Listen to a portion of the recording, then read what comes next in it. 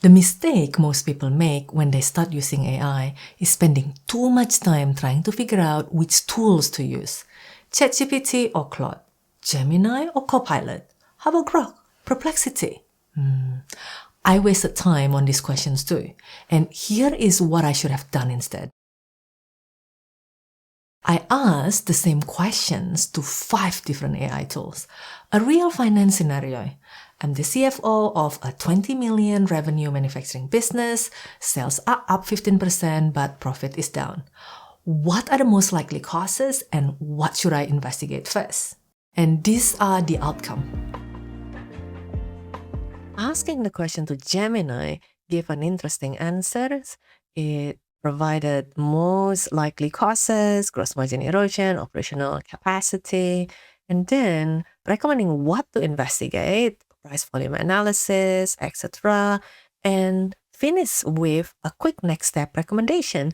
It recommends that we schedule a 30 minutes meeting with plant manager and head of sales, asking questions to sales head, what concession or price adjustment did we make, and asking the plant manager what broke, required overtime, or cost scrap when we accelerated production to meet this demand. And then use that answer combined with PVM, which is price volume mix analysis, to give the exact narrative behind the numbers. That's interesting. This is asking the same questions to Perplexity, and it is also providing really comprehensive answers. But notice one difference, it provides the source.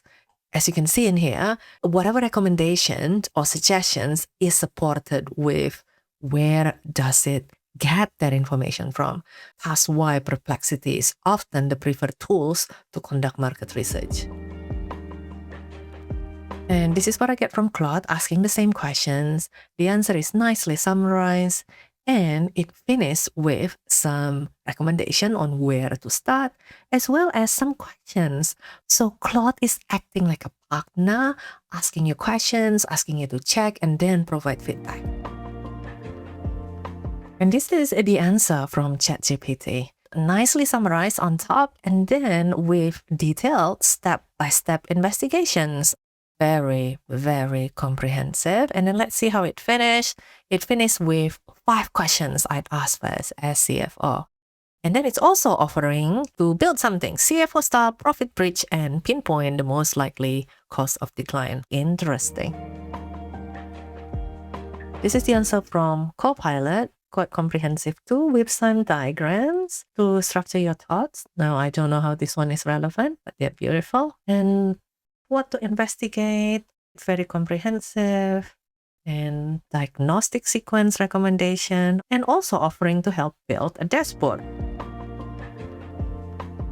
As you can see, all 5 tools gave great answers. Comprehensive, structured, and actionable. So stop overthinking the tools. They're all good. For simple question and answers, just use whatever you already have. The bigger variable isn't which tools you use. It is how you ask the question. I tested this too. Vague questions will give you decent answer. Specific structured question will give you a more useful output. And the gap between those two was larger than the gap between any of these tools. So how you ask truly matters. And that's the skill worth learning. And that's exactly what the next video will cover. But here's what I really want you to take away from this video. Most people use AI for question and answer. Ask the question, get an answer, move on. And if that's all you ever do, any tool will serve you fine. But AI can do so much more than answering questions. You can build live financial dashboard, interactive apps, automated pipelines that run without you, agents that handle entire workflow in the background while you focus on the work that actually need your brain. And that's what this series will document. My journey from using AI as a search engine to running a business supported by AI agents operating in the background. So if you are in finance and you have been dabbling with AI but feel like you're not getting enough out of it, you are in the right place. Start with the tools that you already have. learn to ask better questions, and then come back here and I will show you what's possible beyond that. Subscribe and I'll see you in my next video. See you next time.